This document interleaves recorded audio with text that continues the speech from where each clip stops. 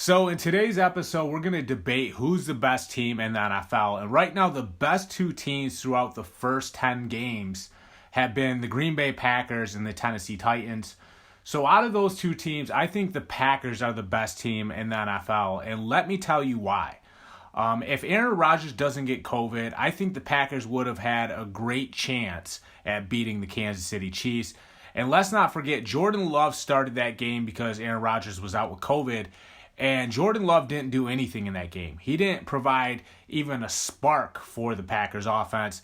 It was a really bad showing for Love. And basically, Rodgers, even though he was out with COVID, he was the big winner because it let us know that the Packers are not the same team without Aaron Rodgers. There's a big drop-off from Aaron Rodgers to Jordan Love.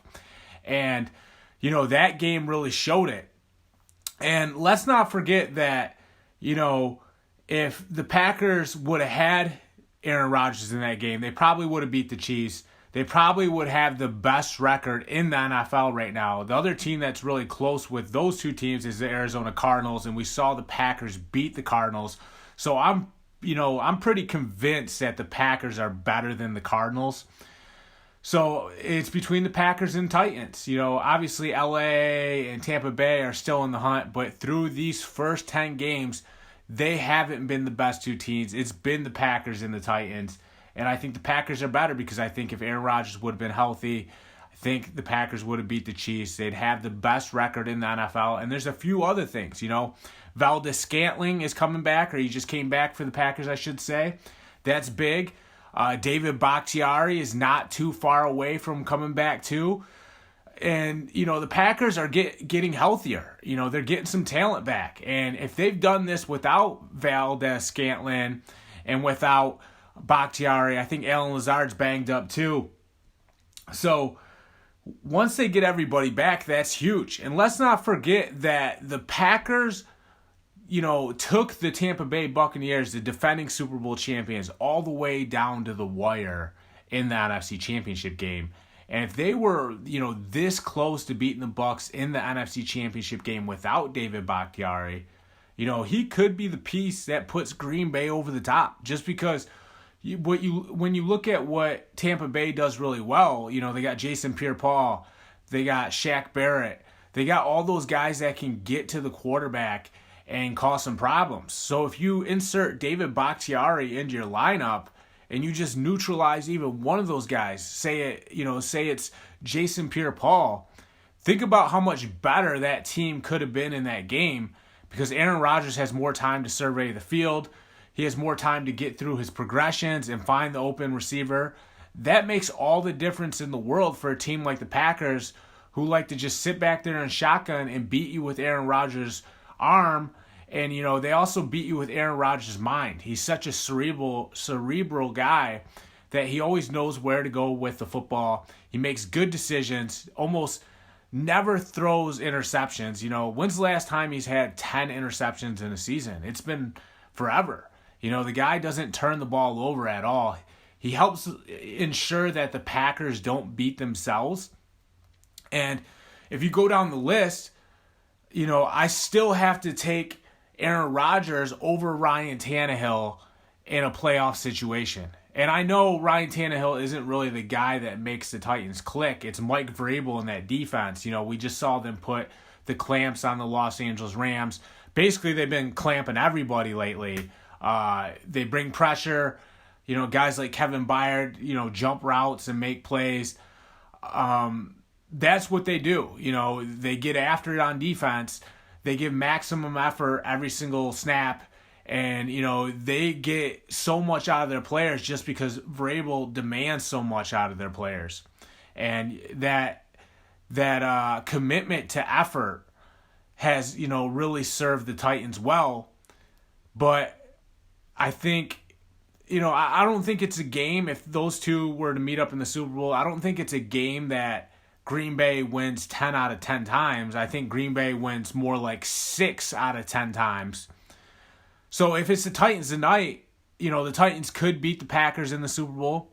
If it was the Titans night and they have one of those games like they did against the Rams where just everything's clicking and, they're beating up on their opponent, it could happen. But I think more often than not, the Packers would beat the Titans. I just don't think Tannehill and the Titans offense would be able to keep up with Aaron Rodgers and the Packers offense. I think, especially if they get healed up, there's going to be too much scoring there. And, when this season started out, everybody was saying, the Packers defense is so bad, they can't get stops. Now look at them. They have the best defense in the NFC North. They don't give up a lot of points. And they're a complete football team. There's no doubt about that. Maybe I'm wrong. We all thought the Rams were going to beat the Titans. We were all wrong on that. All the analysts were wrong on that. But generally, it feels like the Packers are better. I just feel like they're a better team, just top to bottom. They have more talent. They have more experience. I know the Titans went to an AFC Championship game there with Vrabel, went on that huge run, but can they do that again without Derrick Henry? If he can't come back, it's going to be tough because in the playoffs, the windows get smaller. The quarterback play has to be even better. Without Derrick Henry, I don't know if Ryan Tannehill is going to be able to step up. He's more of a regular season quarterback that, does damage against, the Jaguars and the Texans. No disrespect. But going against the Jaguars, the Texans, and, the rest of the teams that they have to play in the regular season is a completely different ball game from going against those playoff teams where every team is one of the best teams in the league. You see guys that are, not, quite the same player as Aaron Rodgers and Tom Brady crumble in those situations. And the reason why is because the competition's better. There's such a small margin for error. The defensive line that you're going against is better. So Tannehill is going to, he's going to face a lot of pressure. Remember, last year I think the Ravens bounced him. The Ravens played a great game. They stacked the box. They took Henry away. They made Ryan Tannehill make all the throws and beat them. Tannehill couldn't do it, and the Ravens advanced. I just don't think they could beat the Packers. I think the Packers are the best team in football. I think the Packers are going to keep getting healthier, and that's really scary for the rest of the league. And look, I'm a Lions fan. I grew up a Lions fan. The reason I fell in love with the sport of football was Barry Sanders. So I don't like standing on my soapbox and saying the Packers are the best team in the NFL. But from what I've seen through these first 10 games, I do believe the Packers are the best team in the NFL right now. Take it for what it is. Maybe you're a Packers fan and you love it. Maybe you're a Minnesota Vikings fan or a Chicago Bears fan and you hate it. But that's what I've seen through the first 10 games. And it's amazing what the Packers have been able to do. They dropped that first game to the Saints. Everybody's wondering, has the bad blood carried over from the offseason into the regular season? Can Rodgers and the GM coexist? Can Rodgers and the front office coexist? Can Rodgers and the rest of his teammates who maybe some of them might have been a little unhappy that Aaron Rodgers wanted out and wanted to go to Denver or go out west so he could, play and shoot Jeopardy or whatever ambitions that he has. Some people might have been like, hey, you want to leave us, Aaron, when, we have a team that's went to 2 straight NFC championships and now look at what they are now, the best team in the NFL. Some guys might be offended that Aaron Rodgers doesn't want to come back and try to win a Super Bowl. But that all seems to be in the rearview mirror now. This team is looking great.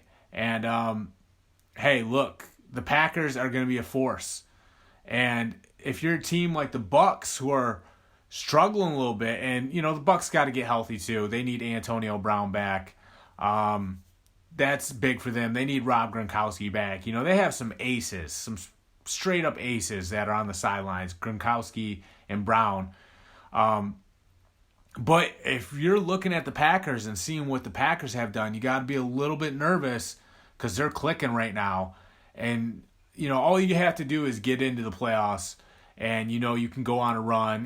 We all know a 1 seed could lose to, a later seed. and get bounced out of the playoffs just like that. But usually when a team has shown that they're the best team through the first 10 games, they've shown it for a reason, and you have to take it at face value. Things change from one year to the next.